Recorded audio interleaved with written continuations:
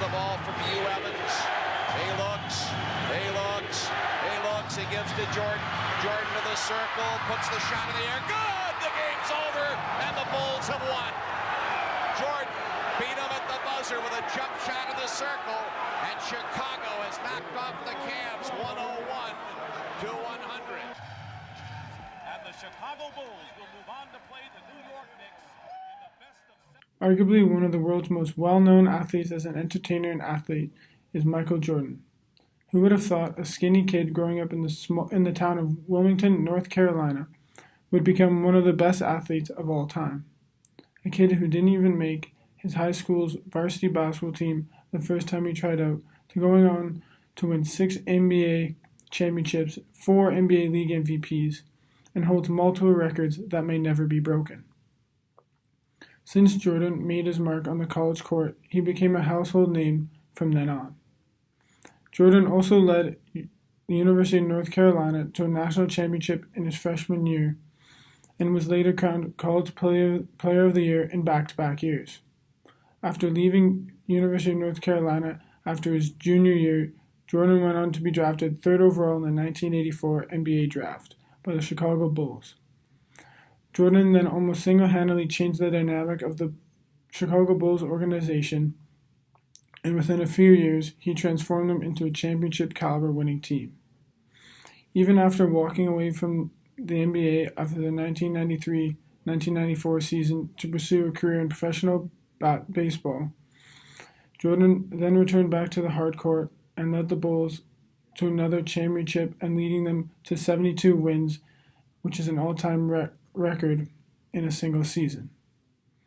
Jordan was a superstar as he was successful on and off the court. Michael Jordan turned himself into a brand. Nike was making shoes called Air Jordans, and movies were being made about him, like the iconic cartoon movie Space Jam and Like Mike. Millions of people around the world idolize Jordan and want to be just like Mike. During the course of this video, we will compare Jordan's contract to the contracts of both current and past players, then compare differences between the league and salary cap structures of Jordan's era and the present, and finally compare Jordan's salary to those of other icons in sports and entertainment, with the goal of determining whether or not his playing salary was appropriate. Michael Jordan got paid like the best player in the league, and he played like it too, receiving 92 of the possible 116 first-place votes for the league's most valuable player in the 1997-98 season. He did this by leading his team to a 62-20 record while averaging 28.7 points a night. In the 1997-98 season, where Jordan was paid $33 million, the next closest player was Patrick Ewing, who made $20 million a year, followed by Horace Grant of the Orlando Magic at $14 million and Shaquille O'Neal at $12 million. In 1997, an NBA team had a salary cap of $26.7 million. There was no maximum salary rule, and teams could go over that salary cap if they are re-signing a player from their team. So in doing so, Jordan signed a 1-year, $33.1 million contract. Jordan's salary alone was more than 19 of 29 NBA teams' payrolls that year. If the same rules were applied in today's NBA, people assume that Jordan's salary would be around $66.6 million. In today's NBA, the salary cap is $101 million, so the max a player can sign for is $35 million if he has signed a contract over 10 years, and between $25 and $30 million if they are signing between 6 and 9 years. Last season, the two highest paid players were Steph Curry at $34.7 million and LeBron James at $33.3 million. Following the 1993 season, Michael Jordan retired from the NBA to pursue his baseball career. The Bulls participated in the 93 finals, and they had the second most viewership from 1987 to 2008. The next season, when Jordan retired, the NBA saw viewership drop from 27 million to 17 million. Jordan then returned in the 1995 season and reached the finals again, where viewership once again raised. Once Jordan retired for good, you can clearly see in 1999 a drop in viewership on the graph as it went from 29 million in 1998 to 16 million in 1999. Viewership for the NBA was at its peak when Jordan was playing, and a final without Jordan caused many viewers not to watch. Jordan also had the most jersey sales of all time, followed by Kobe Bryant and Allen Iverson. The NBA TV contracts have evolved throughout the years, but in the 1990s they took their greatest leaps. The greatest increase occurred after the 89-90 NBA season when TBS and TNT had a joint deal for 2 years that cost $50 million. Once this ended, TNT purchased the rights outright for the 1990-91 season at $275 million over 4 years. This is almost a $45 million increase per season. So why such an increase? The demand for televised basketball and the prestige that came with being the sole provider is ultimately what drove up the price.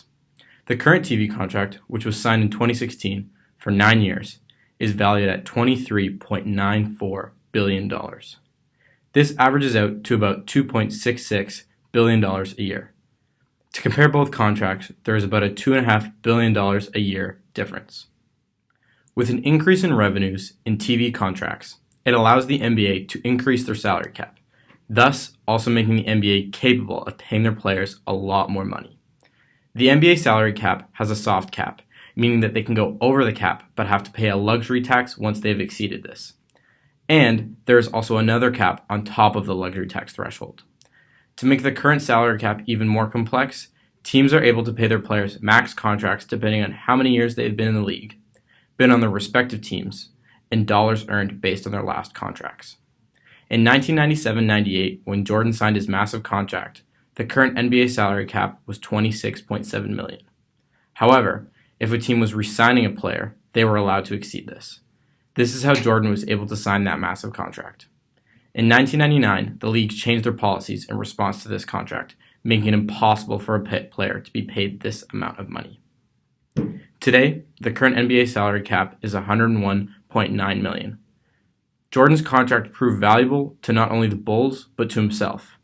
Because of the current league rules and how Jordan's contract changed the league, I think he was paid a fair wage to the parameters that were set around him.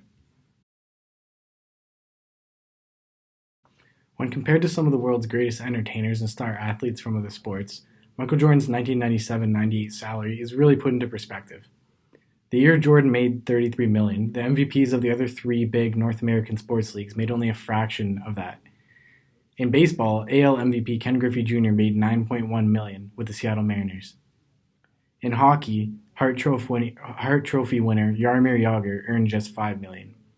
The Detroit Lions star running back and 1998 MVP Barry Sanders made the most out of those three, earning a total of $12.5 million. While these three players were elite players in their respective leagues, they were not quite considered legendary icons of their sports as Jordan was in his. One player who was, however, was Wayne Gretzky. Arguably considered one of the greatest players of all time, Gretzky transcended the sport of hockey, much like Michael Jordan did in basketball. For two players of such magnitude, you would expect their salaries to be relatively similar. However, this was not the case. From 1988 to 1998, Jordan earned a total of $88 million in salary alone, while Gretzky made only less than half of that at $43.2 million. While this may have been because of the different salary cap systems in the NHL and NBA, it is still alarming to see what a legendary icon in a different sport made compared to Jordan. During Jordan's playing days, there was arguably no bigger star in film than Arnold Schwarzenegger. Even he did not come close to reaching Jordan's record-setting $33 million salary, as his most lucrative year came in 2002 when he made just over $12 million. In fact, the one person in entertainment who came close was the king of pop himself, Michael Jackson. In Jordan's rookie year of 1984, Jackson's total earnings reached upwards of $91 million, his key sources of income being his legendary Thriller album and endorsements with Pepsi. In 1997-98, when Jordan made his record-setting salary, the King of Pop topped it with earnings of $42 million.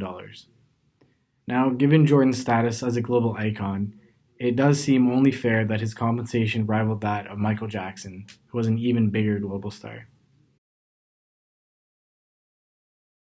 Ultimately, given the salary cap structure he played under, his salary compared to some of the biggest stars in the world, and his economic impact on the league, the salary that Michael Jordan took in per year was equivalent to the value he provided both the team and the league he played for. Due to the fact that there was no limit to the amount teams could re-sign their players for, Jordan's salary was able to skyrocket, and he was able to negotiate with the Bulls for the highest amount that he possibly could. While this would not be possible in today's NBA soft salary cap system, the structure of the 90s allowed Jordan to be paid what he was worth. His salary also eclipsed that of some of the biggest stars in the world, in both the sports and entertainment industries. Given his status as a global icon ranging from North America to Asia, it was only fair that he made more money than all of his peers in other pro sports, and earned a salary rivaling that of Michael Jackson, a star of similar status. Lastly, Jordan had a profound impact on the economics of the NBA, and his mere presence in the league increased viewership. When he retired, viewership plummeted, and when he came back, viewership once again exploded. Michael Jordan was a global star who was able to drive the profits of a league and organization due to his revolutionary skill. He carried himself with an ego and respect that a true star held, and he deserved every penny that he made.